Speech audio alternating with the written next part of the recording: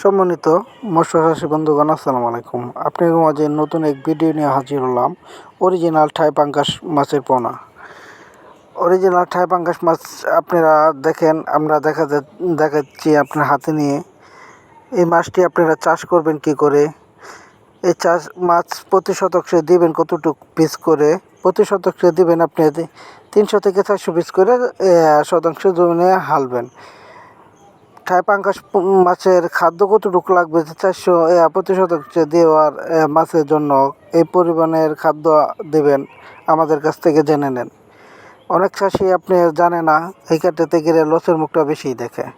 তো পুকুর আপনি চারদিক ভালো করে শুকনো করে, তারপরে পরিষ্কার করে, তারপরে নেট দিয়ে পানি দিবেন। পানি দেওয়ার পরে আপনি এটা ভালো করে খাদ্য টাদ্য দিয়ে ভালো করে পানি এরা জাত করে তারপরে মাছ ছাড়বেন।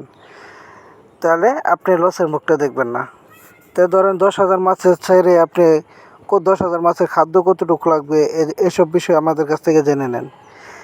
থাই পাঙ্গাস মাছ আমরা সারা বাংলাদেশে হোম ডেলিভারির মাধ্যমে দিয়ে থাকি।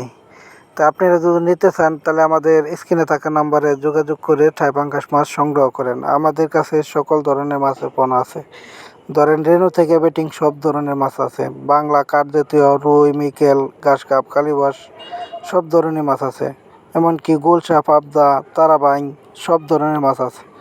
তা আপনারা যদি নিতে চান তাহলে আমাদের স্ক্রিনে থাকা নাম্বারে যোগাযোগ করে সংগ্রহ করেন তারাবাইন মাছ, যে কোনো কাঠ জাতীয় মাছ। আসসালামু আলাইকুম।